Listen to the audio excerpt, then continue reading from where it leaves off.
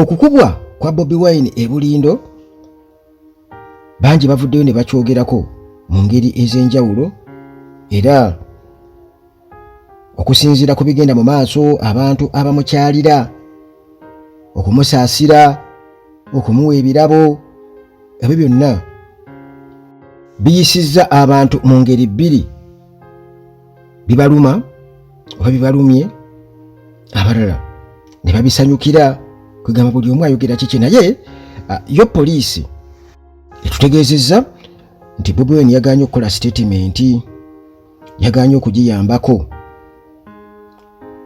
Bobi Wine bw'atyo yakubye omulanga eri abawa Uganda obuyambi nti balekeraawo kubanga sente ezo zikozesebwa mu kutulugunya bannayuganda mu kulinyirira eddembe lyabwe, ekyaviiriddeko ne Putin oba gavumenti ya Putin okubaako kyeyogera ku nsonga eyo, era nga esinziira ku byabaddewo e Bulindo.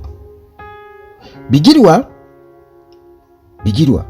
Moses Bigirwa ono gwe babbako omukazi, naye yeeyunze ku abo muganda wange abatandise okubeera kati nga boogerera amafuukuule Nope ne Robert Kyagulanyi Ssentamu, kubanga babajja akagaati mu kamwa nti baali bakozesa bubi embeera zaabwe, kugamba bo bennyini bebeeyisa obubi, bafa ku mutimbagano, yagaana. Lekera okwogera ebitajja nsa, yagaana. Ebyo byonna tuli byakubiraba mpola mpola nga tubiyitamu. So nga ate muganda wange ne Emmanuel Dombo naye yabaddeko byayogera nga awulira bubi olwokuba abantu beekulumulwa nga bagenda okusaasira Robert Kyagulanyi Ssentamu, emagiri batutte ente, batutte n'ebirala. Ibrahim Ssemujjunganda naye yabaddeko byayogera ku nsonga ya Bobi Wine. In fact yagambye nti Nope erekeraawo okukozesa incident eyo eya Bobi Wine okubeera nti yakubiddwa, kwegamba okugikozesa mu byobufuzi. Naye poliisi yo etutegeezezza era nga wano bakola accusation eri National Unity Platform Party President Robert Kyagulanyi Ssentamu, Bobi Wine olw'okubalemesa okunoonyereza mu bigambibwa okuba nti nno yakubwa wiiki ewedde, bamukuba kisasi kakibe kati ya gaasi, ndowooza kyebagala okubeera nga banoonyereza. Kakati nga boogerako eri bannamawulire lunaku lwa Mande wali ku police headquarters e Naggulu mu Kampala, omwogezi wa poliisi Kituuma Lusoke yagambye nti ensonga eno ekyali mu kunoonyerezebwa, naye complainant alabika si mwetegefu kubeera nti asharinga sayidi ye eya story nabo, kubanga Kyagulanyi abategeezezza nti oba temunnakwata naawe yadde abaakoze ekikolwa ekyo, kakati ate nze munjagaza ki? Bye mwalabye byebyo kubajjukira baasooka ne bagamba nti yaseerera buseerezi n'agwa. Naye okusinziira ku Secretary General owa Nope David Lewis Rubongoya agamba nti poliisi tennaba kuwandiika, tennaba kubaako mu bulambulu kuva mu buwandiike bwonna bwe yakozeewo ku nsonga eno okubasaba okubaako statement gye bakola, tennaba kubeera ng'ewandiika formally nga bali requestinga okurecordinga statement okuva eri Robert Kyagulanyi Ssentamu nti baayagadde bwagazi kubeera nga bayingirira privacy ye bwe yabadde mu ddwaliro ne basindikayo abampi n'abawanvu mugende, era amawulire ne galaga nti batuuse n'okubeera nga bateesateesa abasawo mutuwe ripooti y'omusawo nga bye baagala okusooka okugitunulamu bagyeditinga oba, era kino baakigaana. Naye n'ategeeza nti singa bawandiika mu bulambulukufu ne babawandiikira nti twagala okubeera nga tukola tujja statement ku pulezidenti wammwe, kiba kitegeeza nti nabo bajja kubakkiriza, okusinziira ku David Lewis Rubongoya. Naye nga bwe mugalaba amawulire gasaasaanye ensi yonna, era Bobi Wine ennaku z'omwezi nga 6 omwezi guno gwennyini yakkira omutimbagano n'akuba omulanga eri ensi zonna eziwa Uganda obuyambi zirekeraawo, kubanga bonnange obuyambi obwo bukozesebwa mu kubeera nga batuntuza abantu nga bwe gubadde ku ye. Bwe babawa okukola ebirala ebyamakulu bagula buguzi tiyaggaasi na bukebe bwa tiyaggaasi na mmundu masasi n'ebirala. Era wano Kremlin, Russia webasinzidde nabo munnange jjukira kye bajje bawa obuyambi Uganda miliyoni 10 eza dola nga baziwa UPDF. Ne bagamba nti bo munnange sente ezo oba obuyambi obwo bwe bawa ensi za Africa ne Uganda nga mweri tebugenderera mu kubeera nga balinyirira eddembe ly'obuntu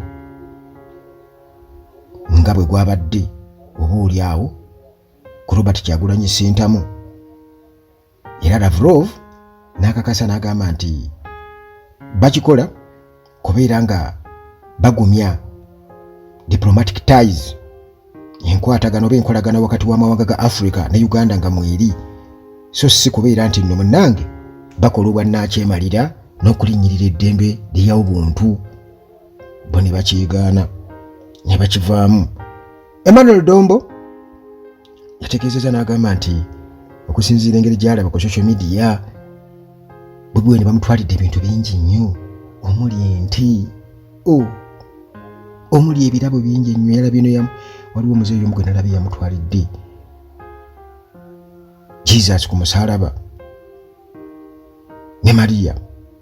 Kakati awo ne bafukamira ne basaba n'ebintu ebirala bingi nnyo abantu bye batutte. Kati ye Dombo agamba nti kakati buluyu n'abiteekawa teko kuba abitunda. Obwo bugagga genda gaggawalira ku bantu abanako. Naye ne yeerabira nti no muganda wange abantu bino babirina bonga bo si ssente zaamwe wa musolo, naye ate waliwo omusolo gugenduka Parliament sente abantu zibakomplainingako mu buli gw'enguzi nyingi nnyo. Sisuubira nti ebintu abantu babawadde Bobi Wine biba byenkanankana ne miliyoni 5 ze baawa Mpuuga mu service award zaabwe. Kakati bo abamu bakirabanga obooli awo okweraga naddala omukwano abantu gwe balaze eri Robert Kyagulanyi Ssentamu. Ekyo nakirabye nakyo nga kiyinza okuba kirumya abantu, naye ate nga kirina kubeera bwe kityo. Nalabye omubaka owakira municipality Ibrahim Ssemujjunganda ng'agamba nti ye munnange kyamutwalira ennaku 2 okumanya nti Bobi Wine yakubiddwa. Mbu teyategeererawo mawulire ennaku 2 kuba yali busy nnyo newankubadde nga bamukubira mu kira municipality nekyamutwalira ennaku 2. Kati bw'atyo n'ategeeza nti yali badde ate agenda ati ensambi obw'okuba olyawo okumulabako kubanga yakimanyi nti abeera busy nnyo. Era n'akakasa nti balina okubeera ndoza nga bamutegeeza mu bulambulukufu nti munnange omuntu waffe akubiddwa. Era n'akakasa Nope n'abagamba nti njagala mukimanye nti kira municipality ya FDC si ya Nope. Ekyo mulina okubeera nga mukitegeera. Ate mulekeraawo okukozesa obulwadde oba okukuba kwa Bobi Wine okubeera nga mukusavuwaza mu mawulire. Mulekeraawo okubeera nga mukukozesa mu byobufuzi. Kakati ebyo munnange nabyo bigambo bya Ibrahim Ssemujjunganda. Yabigirwa Moses Bigirwa gwe babbako omukazi mumanyi bulungi nnyo Naalongo bamutwalako. Jjukira nti abalongo si babigirwa. Era omusajja omu Bigirwa gwe yali agamba nti yamusukulidde omukazi yamugamba nti omanyi ky'obanze Ssaalongo. Kale bw'atyo n'asalawo n'agenda mu maaso n'obulamu bwe n'afuna omukyalo omulala. Naye still confusion neesigala ng'ekyamugoberera era ye yakkidde omukutu ogwa YouTube kwe yasinzidde n'ategeeza nti ebyo byonna ebigenda mu maaso saakaasi Kyagulanyi nti yakubiddwa byonna byapulaningiddwa. Babipulaninze yabadde stunt era ng'agamba yo stunt yakoleddwa Gino Musale muto wa Gino Museveni kubanga baagala Robert Kyagulanyi Ssentamu asigale nga ali relevant mu mawulire. Era n'ategeeza n'agamba ebintu bino babigaggawaliddemu nnyo nti bino byonna bigasa Robert Kyagulanyi Ssentamu okukosa ne regime eya Gino Museveni nti be babiteekawo nga saakaasi. Ebyo bigambo bya Bigirwa. gwe babbako omukazi. Naye bo abantu muganda wange bwe batyo balase Bobi Wine omukwano, bamulaze omukwano era beekulumuludde ne bagenda mu makage wali emagere nga batutte ebintu okubeera nga bamukulisa okufa. Ekintu munnange kyotajja kunenyeza bantu kubanga awo wewava okulumwa kw'abantu. Bobi Wine kwe yagamba juzi wali nga Abedi Bwanika avuddeyo okwogera ebintu ebitategeerekeka n'abagamba bannange okwagalwa si musango. Tugenda kwegobako bantu bakwagala. Mwalabi wano goalkeeper Onana ng'afulumirwa bweru, abantu engeri gye babadde bamusanyukiddemu ng'avudde mu kisaawe ky'e Namboole, afuluma agenda, abantu bonna ne bamulinda nga bonna basanyufu. Kati okwagalwa muganda wange ekyo kyabwa Katonda, kijja buzzi, Katonda yakitegeka.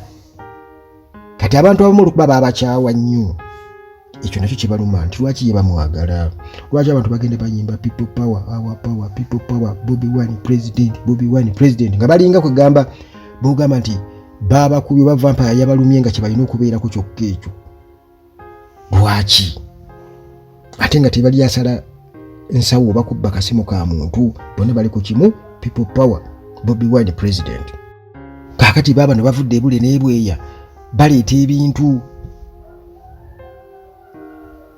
abantu beefiiriza Katonda kwe balina baleetera Robert Kyagulanyi Ssentamu kubanga bakkiriza nti ye mukulembeze waabwe.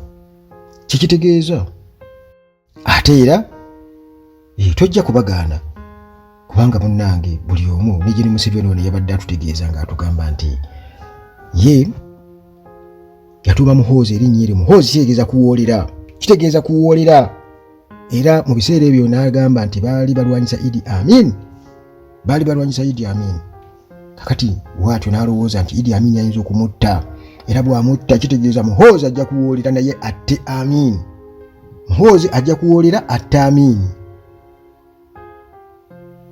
Kiba kitegeeza nti omuntu okimanya nti nno ayagala kukutta n'otuuka n'okuzaala omwana n'ogamba nti kati bwanzita n'onajja mumutta, kitegeeza naawe mu kiseera ekyo oba oli ready okumutta, naawe oba okolerera kumutta. Kati bikolobero ki ebyakolebwa mu kiseera ekyo mu kwagala okubiiya Amin ate era nga babiteeka kuba kaali kakodyo kaabwe nga babiteekako Idi Amin nti yabikoze. Mujjukire mu lutalo olwayita Museveni mu buyinza baatukakasa ne tugamba nti bebattanga abantu nga bambadde ebyambalo by'amagye g'obote ne batta abantu ne babisiba ku magye g'obote, abantu ne bakyawa amagye g'obote. Kati ne mu kiseera ekyo ku mulembe gwa Amin bintu bimeka bye baakola okusobola okukyayisa abantu gavumenti ya Amin n'okutuusa kati ng'ate balowooza nti Amin yabikola naddala mu linnya erya Kijambiya. Bo baatemula bameka kubanga amaze tutegeeza nti n'atuuka n'okuzaala omwana n'amutuuma erinnya Muhoozi kuwoolera. Kati it was a matter of life and death. Awo kuba Muhoozi tasobola kubeera nga awoolera ng'akyali mwana muto. Kati Museveni nga yeerwanako mu kaseera ako nga Muhoozi bw'akula bameka abaalugenderamu.